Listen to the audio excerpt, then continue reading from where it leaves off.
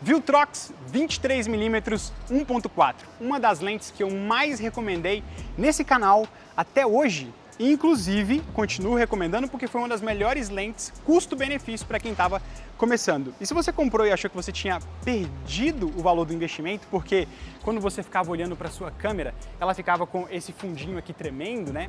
Isso acabou depois da última atualização que saiu para ela. Diversas vezes eu gravei o vídeo falando sobre esse problema que tinha no foco, mas eu não cheguei a postar porque eu sabia que isso era um problema que seria resolvido muito em breve através de software. Opa, pera aí, demorou pra cá.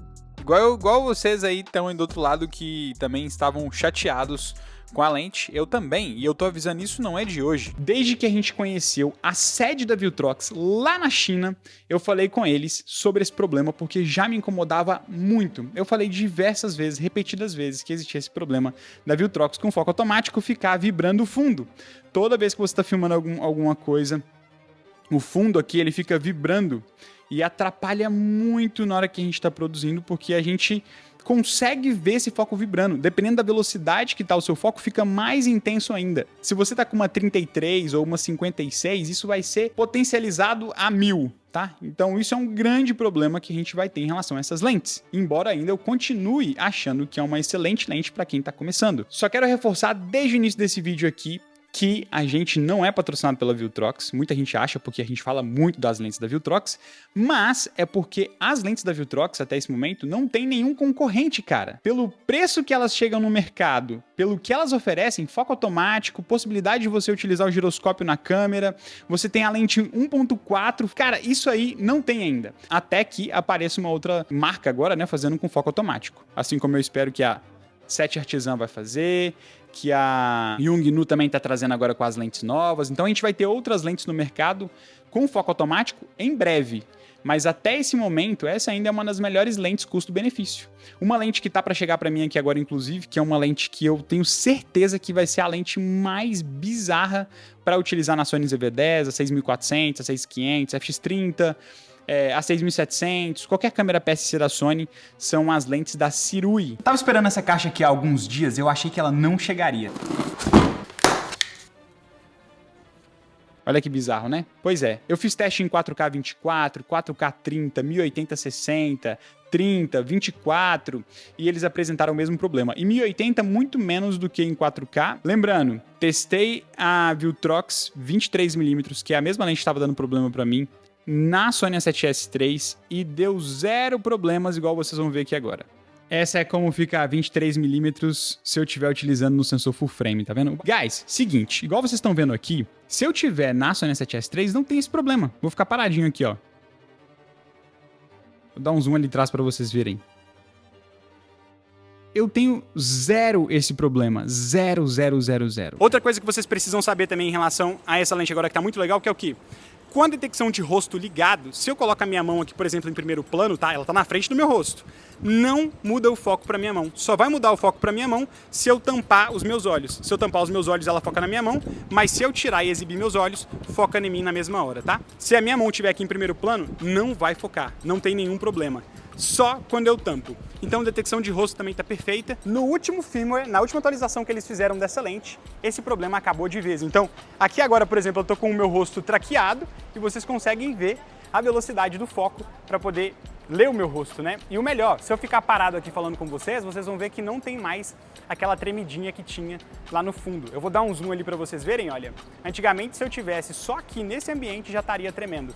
E outra coisa também que melhorou muito é que agora a lente faz muito menos barulho do que fazia anteriormente, que era uma coisa que me incomodava muito também. Eu gravando em um lugar interno com o microfone em cima dela, o microfone conseguia captar o que a lente tinha de problema. Então agora, se você tem essa lente, ou a 33, ou a 56, ou a 13 nunca teve tanto esse problema, o problema era a 23 e a 33, né?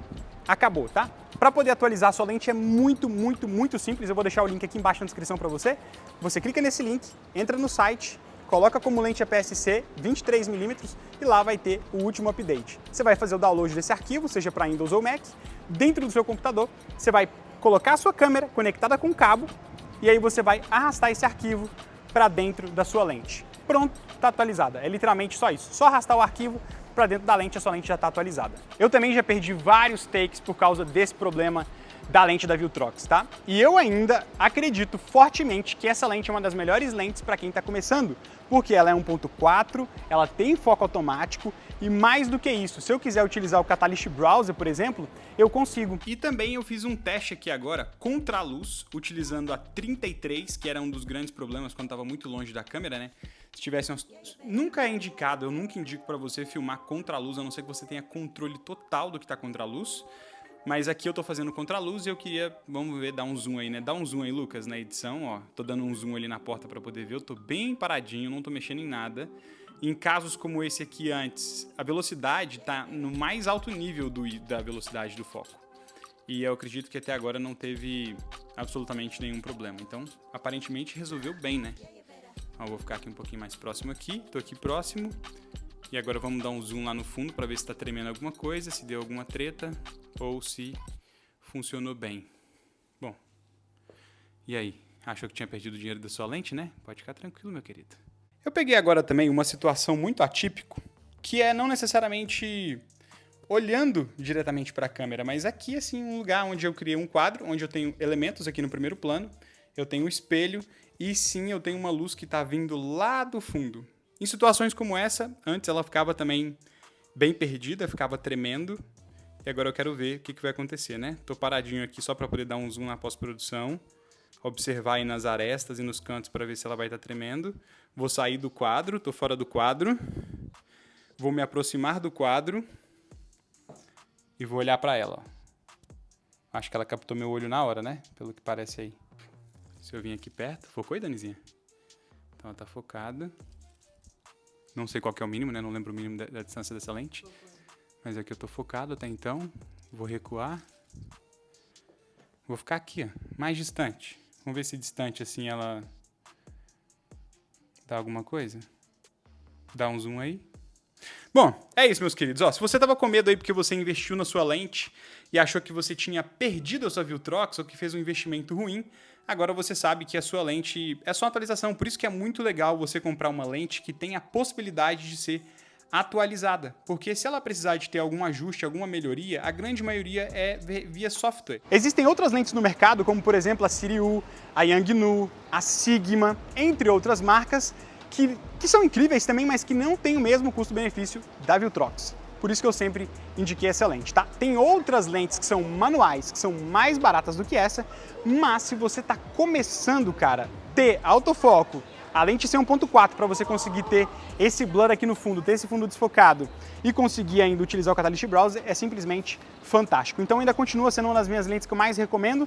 E só se você nunca soube, né, por que eu recomendo 23mm? Porque 23mm, quando comparado ao sensor full frame, vira 35mm. E com 35mm eu consigo, se é uma única lente que você tem, né, você consegue filmar entrevista, você consegue fazer B-roll de coisas, né, objetos ou pessoas, e você também consegue fazer um pouco de ambientação. Se você tem uma 16, por exemplo, ou uma 13, é muito aberto. E na hora de fazer uma entrevista eu não consigo ter esse look assim, né, tão cenário de entrevista. Eu não recomendo tanto a 33, caso você tenha uma lente só, porque a 33 é muito fechada. Então você vai ter muita dificuldade para poder fazer alguns tipos de imagem, tá? A 23, né, que vira uma 35, é muito mais versátil. Ah, e só antes da gente terminar, eu vou pedir a Danizinha para poder segurar o meu microfone, né, que tá aqui, ali na lente, só para vocês verem como que agora não faz mais barulho igual fazia antigamente. Eu vou deixar o microfone do ladinho da lente, tá?